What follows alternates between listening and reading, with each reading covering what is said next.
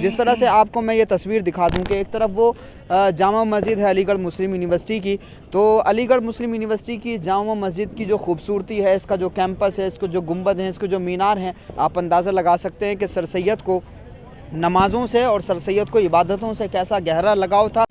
سر سید احمد خان کی فیملی، ان کی والدہ کا جو تعلق تھا وہ حضرت شاہ غلام علی دہلوی نقشبندی رحمۃ اللہ تعالی علیہ سے تھا۔ میں بہت پرزور وکالت کرتا ہوں اس بات کی کہ مدارس سے فراغت کے بعد علماء انہی عظیم الشان یونیورسٹیز کا ضرور رخ کریں۔ اس کا نام علی گڑھ مسلم یونیورسٹی، لیکن ایسا نہیں ہے کہ یہاں پر صرف مسلم بچے ہی پڑھتے ہیں، یہاں پہ ہر دھرم کے، ہر سماج کے لوگ پڑھتے ہیں بچے، اور ہر دھرم، ہر سماج کے لوگ یہاں سے نکل کر پوری دنیا میں نام روشن کر رہے ہیں۔ السلام علیکم ورحمۃ اللہ وبرکاتہ۔ علی گڑھ مسلم یونیورسٹی میں ہم اس وقت موجود ہیں۔ علی گڑھ مسلم یونیورسٹی ایک ایسا ادارہ ہے کہ جس ادارے کی برکتیں پورے انڈین سب کانٹیننٹ میں پھیلی ہوئی ہیں۔ سر سید احمد خان نے اس ادارے کو تعمیر کیا تھا، اور جس زمانے میں یہ ادارہ بنا تھا اس زمانے میں بڑا علمی زوال تھا۔ مسلمانوں میں مذہبی تعلیم کا تو کہیں نہ کہیں کچھ نہ کچھ حصہ دکھائی دیتا تھا، لیکن اگر عصری تعلیم کی بات کریں تو اس زمانے میں انگریزی سیکھنا حرام تھا۔ اس طرح جو عصری علوم تھے ان پر بہت زیادہ توجہ نہیں دی جا رہی تھی۔ ایسے زمانے میں سر سید نے ماڈرن ایجوکیشن کا نعرہ لگایا، اور نہ صرف نعرہ لگایا بلکہ عملی طور سے ایک ادارے کا قیام کیا جس کو علی گڑھ مسلم یونیورسٹی کہا جاتا ہے۔ ویسے سر سید احمد خان نے دیش کے الگ الگ حصوں میں، الگ الگ جگہ پر بہت سارے اسکولز بھی تعمیر کیے، جس کی وجہ سے ماڈرن ایجوکیشن کا جو رواج ہے وہ مسلمانوں میں پیدا ہوا، اور سب سے بڑی مثال یہ علی گڑھ مسلم یونیورسٹی ہے۔ سر سید احمد خان کی سوچ کا، ان کی فکر کا یہ بڑا زبردست نتیجہ ہے۔ تو علی گڑھ مسلم یونیورسٹی میں ہم اس وقت موجود ہیں۔ یہ بھی علی گڑھ مسلم یونیورسٹی کی برکتیں ہیں کہ جامعہ ملیہ اسلامیہ بنا یا ہمدرد یونیورسٹی بنا۔ ہمارا تعلق چونکہ جامعہ ملیہ اسلامیہ سے اور ہمدرد سے بھی ہے، تو علی گڑھ مسلم یونیورسٹی کے بعد میں ہی اس طرح کا دور ہندوستان میں شروع ہوا کہ پھر ہمدرد یونیورسٹی کا بھی قیام عمل میں آتا ہے، اور اسی طرح سے جامعہ ملیہ اسلامیہ بھی بنتی ہوئی دکھائی دیتی ہے۔ اور اس پورے انڈین سب کانٹیننٹ میں جو انٹلیکچوئل مسلمان ہیں، D M, S D M ہیں، انجینئر ہیں، پروفیسرز ہیں، تو وہ علی گڑھ مسلم یونیورسٹی کی ہی دین ہے۔ تو اس پورے انڈین سب کانٹیننٹ میں انٹلیکچوئل مسلمز کا ڈائریکٹ یا انڈائریکٹ رشتہ جو ہے وہ علی گڑھ مسلم یونیورسٹی سے ضرور جڑتا ہے۔ علی گڑھ مسلم یونیورسٹی نے بڑا انقلاب برپا کیا اور اس ادارے کو بنایا سر سید احمد خان نے۔ تو سر سید احمد خان کے پیچھے وہ کون سی دعائیں تھیں، وہ کون سی فکر تھی جس نے ان کو اس بات پر ابھارا کہ مسلمانوں کو آج کے حالات کے مقابلے میں ایجوکیٹ کیا جائے اور ان کو ویل کوالیفائڈ کیا جائے۔ ہمارے ساتھ مولانا مفتی منظر محسن حسینی صاحب ہیں، ان کا تعلق بھی مدرسے کے ساتھ ساتھ میں یونیورسٹیز سے رہا ہے، اور ابھی بھی الحمدللہ پی ایچ ڈی کا یہ بھی ارادہ رکھتے ہیں، ہم بھی ارادہ رکھتے ہیں۔ تو مفتی صاحب بھی ہمارے ساتھ میں ہیں، اور اسی طرح سے ہمارے مولانا راشد ضیاء صاحب بھی ہیں، مولانا آزاد سے انہوں نے تعلیم حاصل کی مدرسے سے فراغت کے بعد۔ تو مولانا آزاد یونیورسٹی ہو تو یہ بھی سر سید احمد خان کی کوششوں کا نتیجہ، اور علی گڑھ مسلم یونیورسٹی کے بعد میں یہ ساری چیزیں جو ہے ہندوستان میں نمایاں دکھائی دیتی ہیں۔ مفتی منظر محسن حسینی صاحب، ذرا بتائیے گا کہ سر سید احمد خان کی فکر کے پیچھے اور ان کی کوششوں کے پیچھے کس کا خیال اور کس کی دعائیں شامل رہیں اور کس کے مشورے شامل رہے؟ السلام علیکم ورحمۃ اللہ تعالی وبرکاتہ۔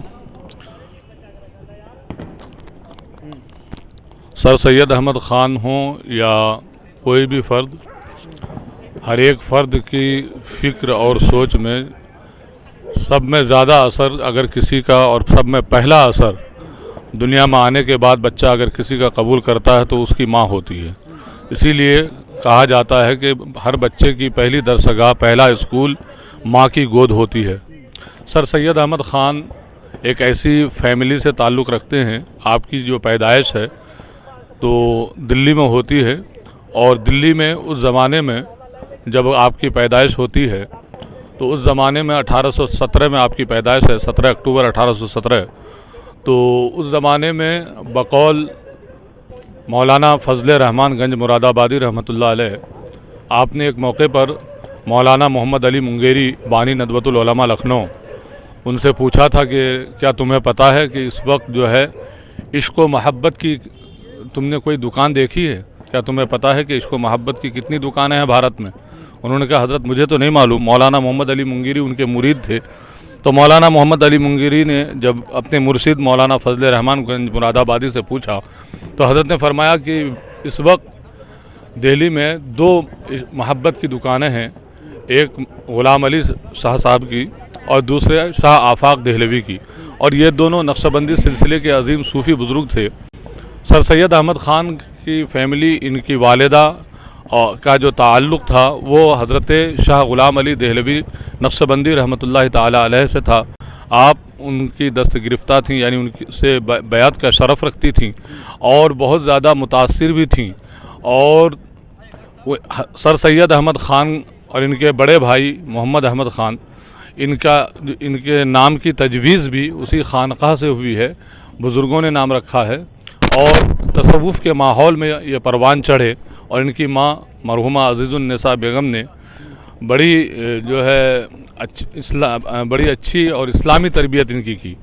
यही वजह है कि सर सैयद अहमद ख़ान जब परवान चढ़े तो उस ज़माने में 1857 की जंग के बाद देश के जो हालात थे और आज जो हमारे सामने मुल्क के हालात हैं, तो आज के हालात के तनाजुर में सर सैयद अहमद ख़ान का अभी दो तीन रोज़ पहले ही सर सैयद डे मनाया गया 17 अक्टूबर को पूरी दुनिया में, जहाँ तक अलीग बिरादरी रहती है। तो अलीग बिरादरी के लोगों ने और बल्कि सर सैयद डे एक ऐसा दिन है कि जो सिर्फ़ अलीग बिरादरी को नहीं मनाना चाहिए बल्कि पूरे हिंदुस्तानियों को मनाना चाहिए, क्योंकि अलीगढ़ मुस्लिम यूनिवर्सिटी ये सिर्फ़ एक तालीमी इदारा नहीं है, अलीगढ़ एक तहरीक का नाम है। सर सैयद किसी फ़र्द वाहिद का नाम नहीं, सर सैयद शख्स का नाम नहीं, सर सैयद अहमद ख़ान शख्सियत का नाम है, सर सैयद एक तहरीक का नाम है।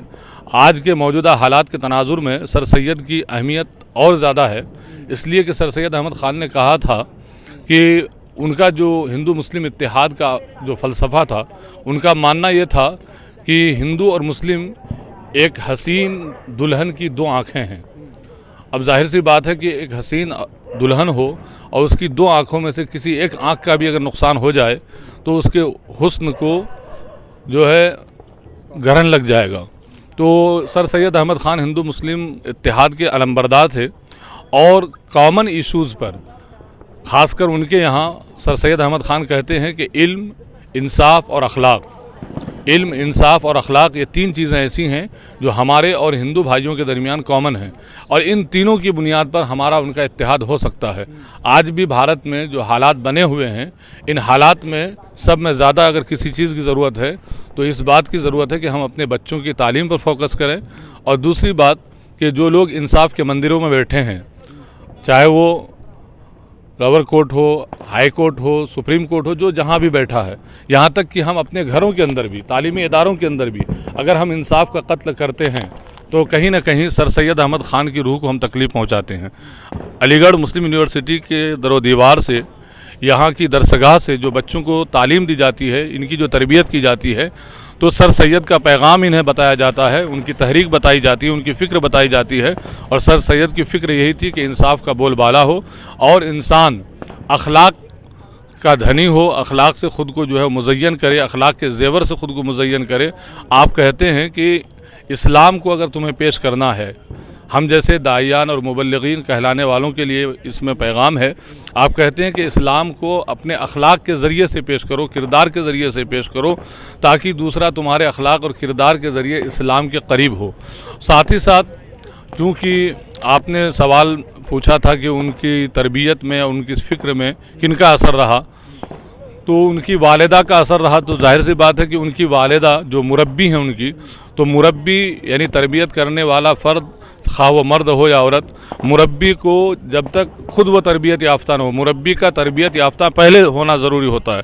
तो इस वजह कर सर सैयद अहमद ख़ान की जब इतनी अच्छी तरबियत हुई, तो सर सैयद अहमद ख़ान जब उस माहौल में परवान चढ़े, बड़े हुए, तो उन्होंने इस चीज़ को महसूस किया कि मेरी माँ तरबियत याफ्ता थी, मेरी माँ तालीम याफ्ता थी, तो मेरी माँ ने मेरी इतनी अच्छी तरबियत की। अगर हर बच्चे की माँ ऐसी ही तरबियत याफ्ता हो, तालीम याफ्ता हो, तो हर घर में एक सर सैयद पैदा हो सकता है। अगर हर घर में न सही तो हर शहर में भी अगर एक सर सैयद पैदा हो जाए तो भारत के लिए बहुत बड़ी बात होगी, कौम के लिए भी और मुल्क के लिए भी। तो सर सैयद अहमद ख़ान ने इस फ़िक्र को आगे बढ़ाने के लिए आपने इस बात की वकालत की कि बच्चों के साथ साथ बच्चियों की तालीम पर आप तवज्जो दें।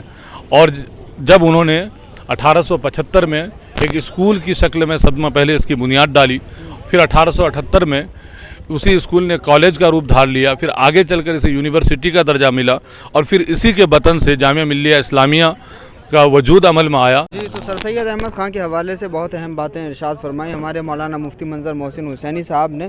दरगाह अबुल खैर है तुर्कमान गेट दिल्ली में, वहीं दरगाह अबुल खैर में हज़रत मिर्ज़ा मज़हर जाने जाना नक्शबंदी रहमतुल्लाह अलैह का मज़ार है। उन्हीं के जानशीन थे हज़रत शाह ग़ुलाम अली देलवी रहमतुल्लाह अलैह। सर सैयद अहमद ख़ान उनसे बहुत ज़्यादा मुतासिर थे। मौलाना अल्ताफ़ हुसैन हाली ने भी इसको लिखा है।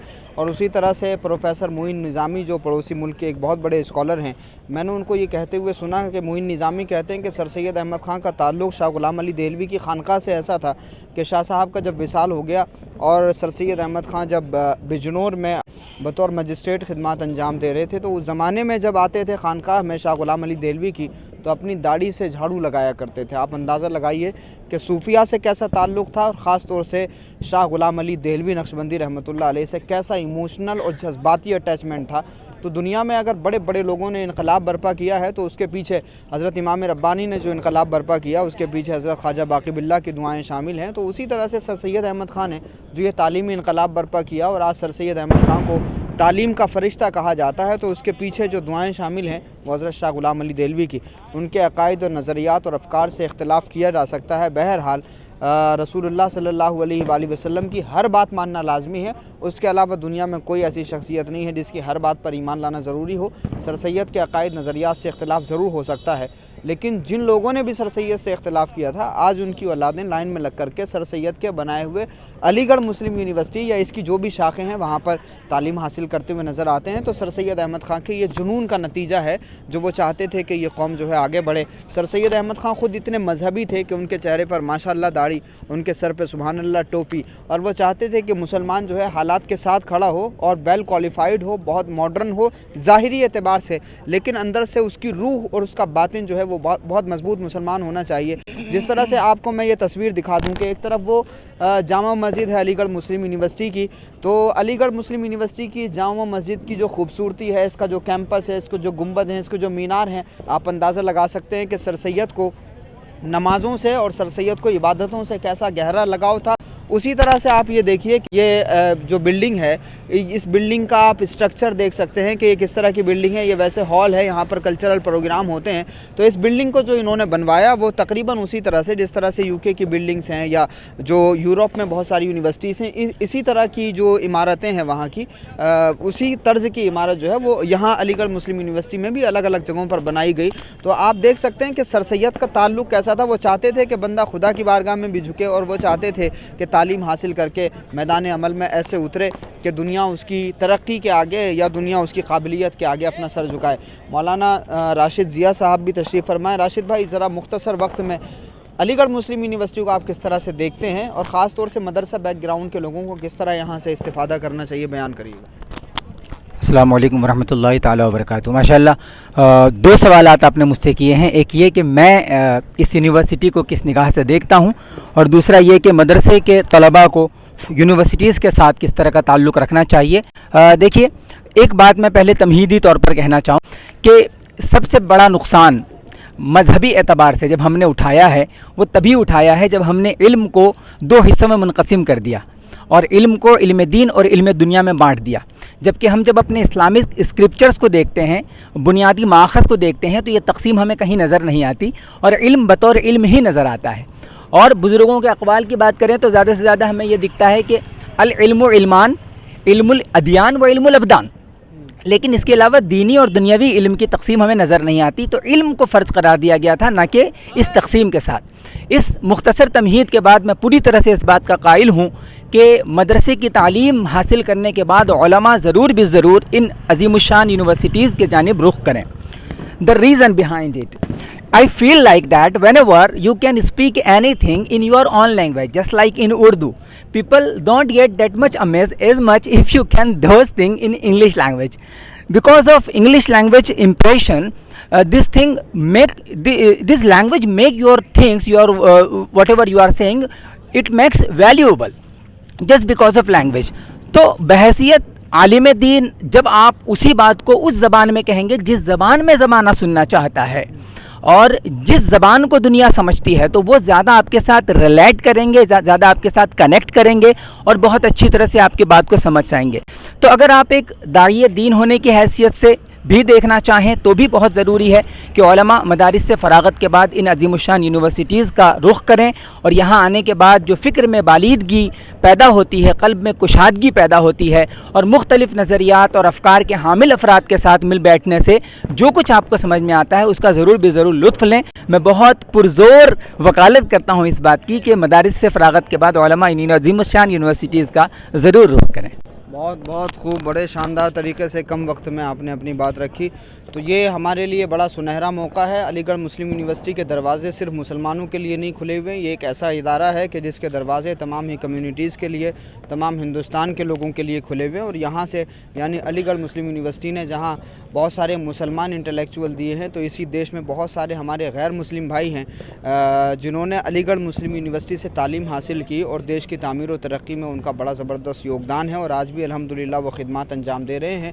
تو علی گڑھ مسلم یونیورسٹی سے استفادہ کرتے ہوئے خود بھی تعلیم حاصل کریں اور اس تعلیم کے چراغ کو مزید روشن کرنے کی کوشش کریں۔ اگر آپ کا بھی اس علی گڑھ سے یونیورسٹی سے کوئی تعلق ہے، آپ کا تجربہ کیا ہے، آپ کیا معلومات دینا چاہتے ہیں، تو آپ بھی کمنٹ باکس میں شیئر کر سکتے ہیں۔ ڈاکٹر اختر حسین صاحب یہ بھی علی گڑھ کا ہی پروڈکٹ ہے، انہوں نے بھی یہیں سے تعلیم حاصل کی ہے۔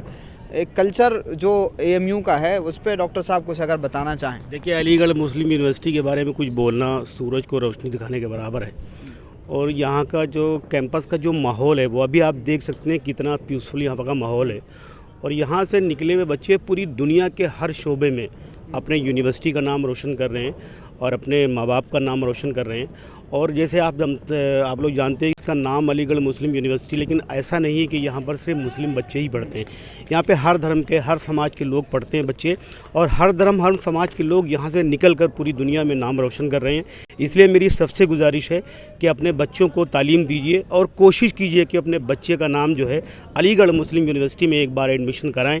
ایک بار علی گڑھ مسلم یونیورسٹی میں آپ نے ایڈمیشن کرا دیا تو بچے کا جو بھوشیہ ہے اس کے بارے میں آپ کو سوچنے کی کوئی چنتا نہیں، کیونکہ سینٹرل یونیورسٹی ہے اس لیے یہاں پر خرچ بہت کم آتا ہے، تو جتنا خرچ کم آتا ہے اس لیے یہاں پر کمپٹیشن بھی بہت ہے۔